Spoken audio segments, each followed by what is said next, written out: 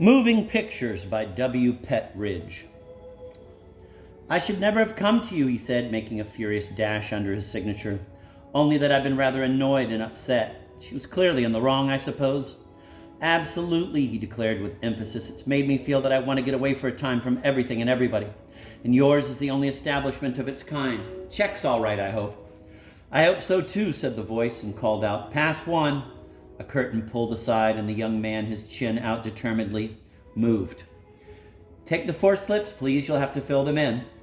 A reading candlestick with a reflector stood in the corner of the dark room, which had a faint scent of burnt hay, and he went across to it carefully, but not so carefully as to escape collision, in which a hassock appeared to be the less injured party. An extended easy chair permitted itself to be seen within reach of the shaded light, and he sat upon this and read the instructions printed at the head of slip number 1. Please write distinctly, prefaced the 3 or 4 precise and dogmatically worded rules. He took a pencil, wrote out his desire, and settled back in the long chair. A hand presented to him a pipe that looked a ruler, and he took 2 short whiffs.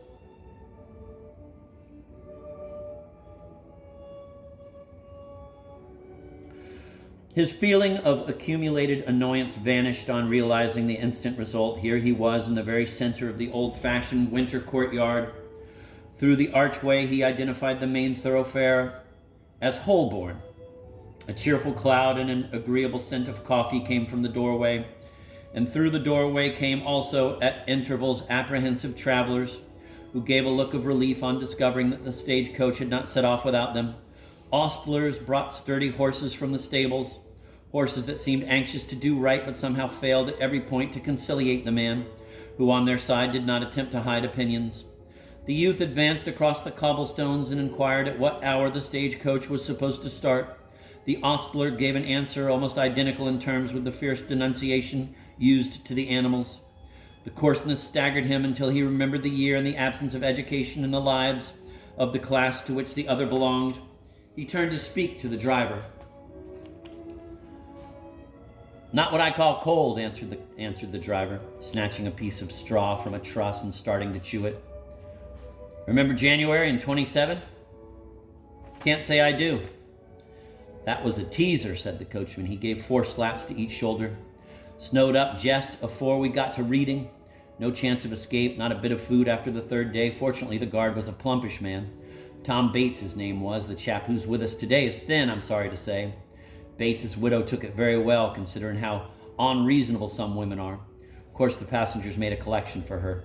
Toddled up poor Tom, they did, and paid for him at the rate of 8 pence a pound. As she very properly remarked, it isn't every widow that can say of her late husband that he was worth his weight in copper.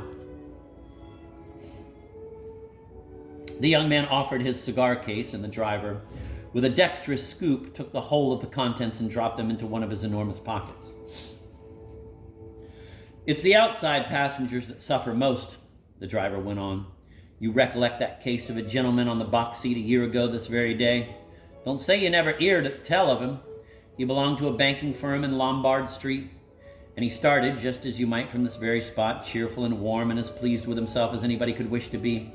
Talked a bit at first, but before we were 10 miles out, he had left off, and when we got 20 miles out, I gave him a jerk with the butt end of my whip like this, and what do you think? I should imagine that he resented the impertinence. He might have done all that you say, remarked the driver, slapping one of the horses. Only he was froze stiff. Bless my soul, cried the young man. What a shocking end. That wasn't the end, bless you. Tried all we knew to bring back his circulation, but nothing seemed any use. And it wasn't until we got to a oast house and got the hop dryers to put him in the oven. Hops in December? It was a late year, said the driver calmly. Everything were behindhand.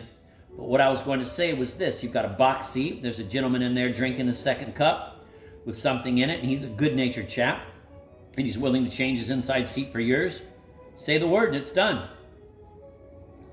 The youth congratulated himself upon his acuteness in seeing through the device, but later, when he ducked his head on the stagecoach going through the archway and adjusting his muffler, made a polite reference to the weather and its possibilities. The driver, who was smoking one of the cigars, responded only with a grunt. He tried again as they took a corner rather narrowly, and this time the driver made no response of any kind. Later, when a hackney coach called out something derisive, He ventured to suggest a retort, and then the driver hinted plainly that he was not in the mood for conversation, that if he should change his views, he would make intimation of the circumstance. In the meantime, the young man had better talk quietly to himself or address his remarks to one of the other passengers. The youth, giving up with regret the impression that all stagecoach drivers were communicative, cheery, and dispensers of merry anecdotes, turned to a fellow traveler seated behind. "Seasonable weather.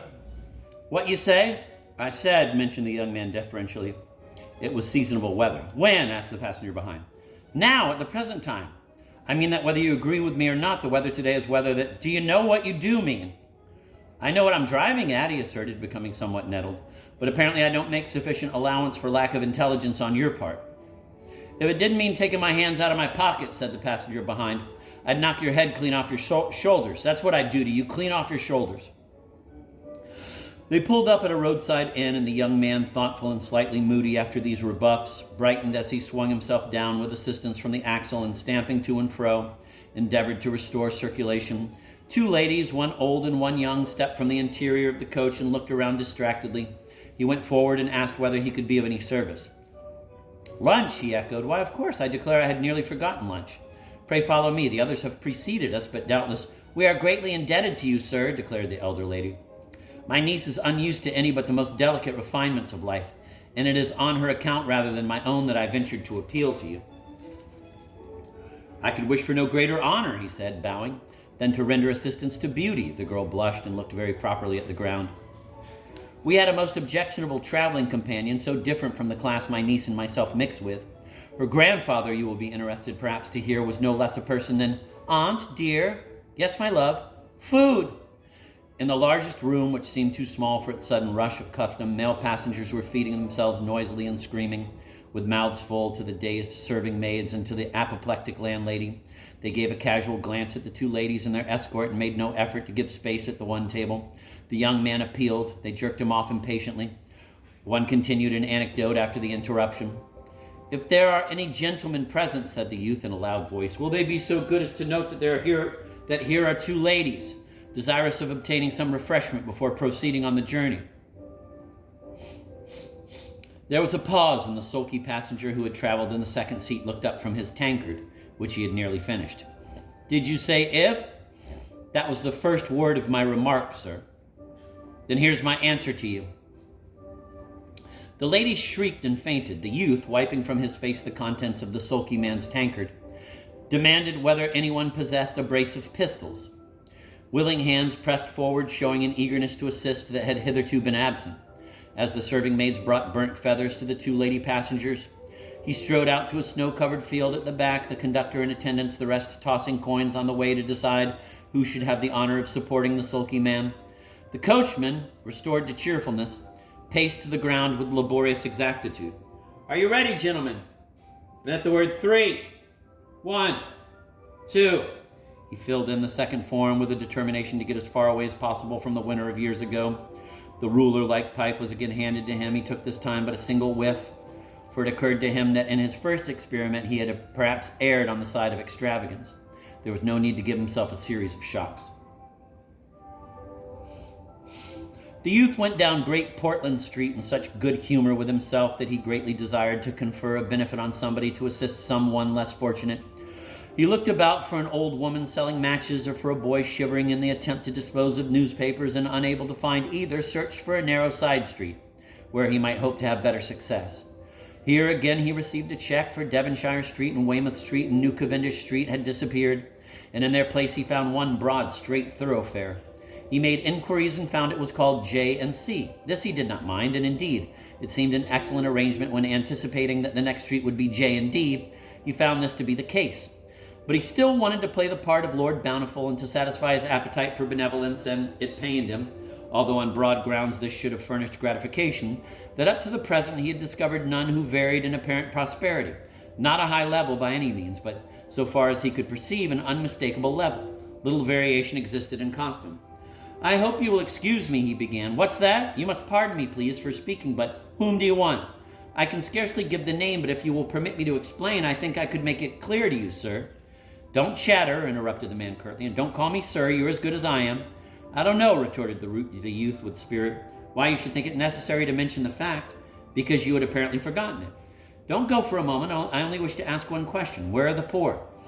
Spell it. The young man complied. The other shook his head. They took to the edge of the broad pavement. The center appeared to be rigidly reserved for those who were youthful and walked with a certain briskness, whilst either side was used by elderly folk and by those whose movements were deliberate. The young man gave further details. I see what you mean now, said the other. There was a story about a man like yourself in one of the journals the other day. He, too, had been away in a distant colony for his health.